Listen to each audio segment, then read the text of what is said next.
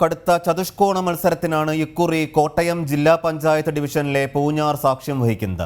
ഇടത് വലത് മുന്നണികൾക്കും NDAയ്ക്കുമൊപ്പം PC ജോർജിന്റെ ജനപക്ഷവും ഇവിടെ കരുത്ത് കാട്ടാൻ രംഗത്തുണ്ട്. പൂഞ്ഞാറിലെ NDA സ്ഥാനാർത്ഥി VC അജികുമാറിനൊപ്പം അരുൺ കൊടുങ്ങൂർ തയ്യാറാക്കിയ റിപ്പോർട്ടിലേക്ക്. ജനവിധിക്കായി മണിക്കൂറുകൾ ശേഷിക്കെ ഓരോ സ്ഥാനാർത്ഥികളും പരമാവധി വോട്ടർമാരെ നേരിൽ കാണാനുള്ള തിരക്കിൽ തന്നെയാണ്. അവസാനവട്ട വോട്ട് ഉറപ്പിക്കുന്നതിനുള്ള ഒരു തീവ്ര ശ്രമം തന്നെയാണ് ഓരോ സ്ഥാനാർത്ഥികളുടെ ഭാഗത്തു നിന്നും ഉണ്ടായിരിക്കുന്നത്. നമുക്കറിയാം, കോട്ടയം ജില്ലയിൽ ഒന്നാകെ വലിയ രീതിയിലുള്ള ത്രികോണ മത്സരം നടക്കുന്നു. അതോടൊപ്പം തന്നെ പൂഞ്ഞാറിലേക്ക് വരികയാണെങ്കിൽ ചതുഷ്കോണ മത്സരമാണ് ഇവിടെ നടക്കുന്നത്. ഇപ്പോൾ പൂഞ്ഞാർ ഡിവിഷനിലെ NDAയുടെ സ്ഥാനാർത്ഥി VC അജികുമാറാണ് ഇപ്പോൾ നമ്മോടൊപ്പം ചേരുന്നത്. ഒരു വലിയ രീതിയിലുള്ള ജില്ലയിലെമ്പാടും ത്രികോണ മത്സരം നടക്കുന്ന ഒരു സാധ്യത. പക്ഷേ പൂഞ്ഞാറിലേക്ക് വരുവാണെങ്കിൽ ചതുഷ്കോണ മത്സരം 4 പേർ ഒരേ സമയം ഏറ്റുമുട്ടുന്ന അല്ലെങ്കിൽ 4 പേർ തമ്മിലുള്ള ഒരു മത്സരം. എങ്ങനെയാണ് ഈ ഒരു തെരഞ്ഞെടുപ്പിനെ കാണുന്നത്, ഈ ഒരു മത്സരത്തെ കാണുന്നത്? ശരിക്കും വലിയ പ്രതീക്ഷയിലാണ് ദേശീയ ജനാധിപത്യ സഖ്യത്തിൻ്റെ സാരഥി എന്നുള്ള നിലയ്ക്ക് ഞാനിവിടെ നിൽക്കുന്നത്. അക്ഷരാർത്ഥത്തിൽ ചതുഷ്കോണ മത്സരം തന്നെ ഇവിടെ നടക്കുന്നു.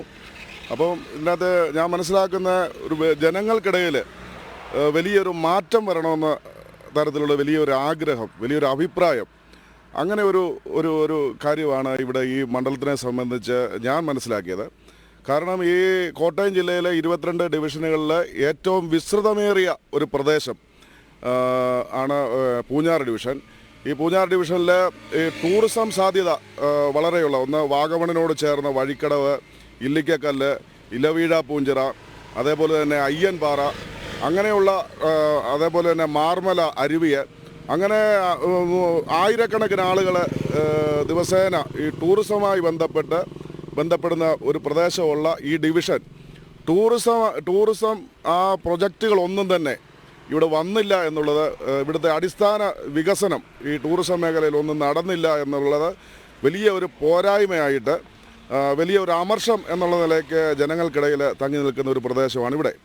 അതേപോലെ തന്നെ ഈ കുടിവെള്ള ക്ഷാമം, മഴയങ്ങോട്ട് മാറി, മഴക്കാലം മാറിക്കഴിഞ്ഞാൽ ഈ ഡിവിഷൻ്റെ ഉയരമുള്ള മേഖലകൾ, മൂന്നിലവ്, തലപ്പല ഉൾപ്പെടെയുള്ള ഈ ഉയരമുള്ള മേഖലകളിലെല്ലാം വമ്പിച്ച വലിയ ബുദ്ധിമുട്ടായിട്ടാണ് കുടിവെള്ള ക്ഷാമം ജനങ്ങൾ നേരിടുന്ന പ്രശ്നം.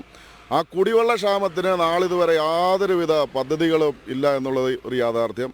അതേപോലെ തന്നെ റബ്ബർ അധിഷ്ഠിത കൃഷിക്കാരും കൃഷിപ്പണിക്കാരുമാണ് ഈ മേഖലയിലുള്ളത്. 10 പേർക്ക് ജോലി കൊടുക്കാവുന്ന ഒരു വ്യവസായവും ഇവിടെ വന്നില്ല എന്നുള്ളത് ജനങ്ങൾക്കിടയിലെ വലിയൊരു അമർഷമാണ്.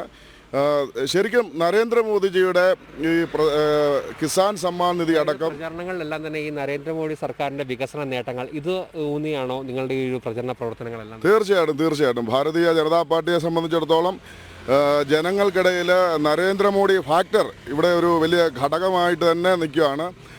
ഇപ്പോൾ കിസാൻ സമ്മാൻ നിധി അടക്കം ജനങ്ങളുടെ നേരെ അവരുടെ അക്കൗണ്ടിലേക്ക്, അവരുടെ പോക്കറ്റിലേക്ക് 12,000 രൂപ എത്തിയ ആ ഒരു കാര്യങ്ങൾ, ഇതെല്ലാം ജനങ്ങളുടെ മനസ്സിൽ വളരെ ലൈവായിട്ട് നിൽക്കുന്നു.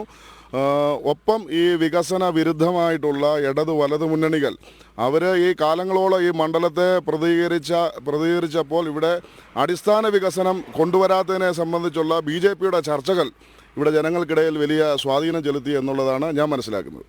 എന്തായാലും അവസാന മണിക്കൂറുകളിലും ഈ സ്ഥാനാർത്ഥികളെല്ലാം തന്നെ വലിയ രീതിയിലുള്ള ഒരു പ്രതീക്ഷയിൽ തന്നെയാണ്. എന്തായാലും വികസനം തന്നെ, അതോടൊപ്പം തന്നെ ജനകീയ പ്രശ്നങ്ങൾ, ഈ മേഖലയെ സംബന്ധിച്ചുള്ള ജനകീയ പ്രശ്നങ്ങൾ, അടിസ്ഥാനപരമായ ഒരു പ്രശ്നങ്ങൾ തന്നെയാണ് പ്രധാനമായും ജനവിധിയെ സ്വാധീനിക്കുക. അതുകൊണ്ട് തന്നെ ഈ ഒരു പ്രശ്നങ്ങളെല്ലാം തന്നെ ഉയർത്തിക്കൊണ്ടുള്ള ഒരു മാസം നീണ്ടുള്ള പ്രചരണ പ്രവർത്തനങ്ങൾ കൂടി ഇപ്പോൾ അവസാനമായിരിക്കുകയാണ്. ഇത്തരത്തിൽ പരമാവധി വോട്ടർമാരെ നേരിൽ കാണുന്ന ഒരു തിരക്കിൽ തന്നെയാണ് ഈ അവസാന മണിക്കൂറുകളിലും സ്ഥാനാർത്ഥികൾ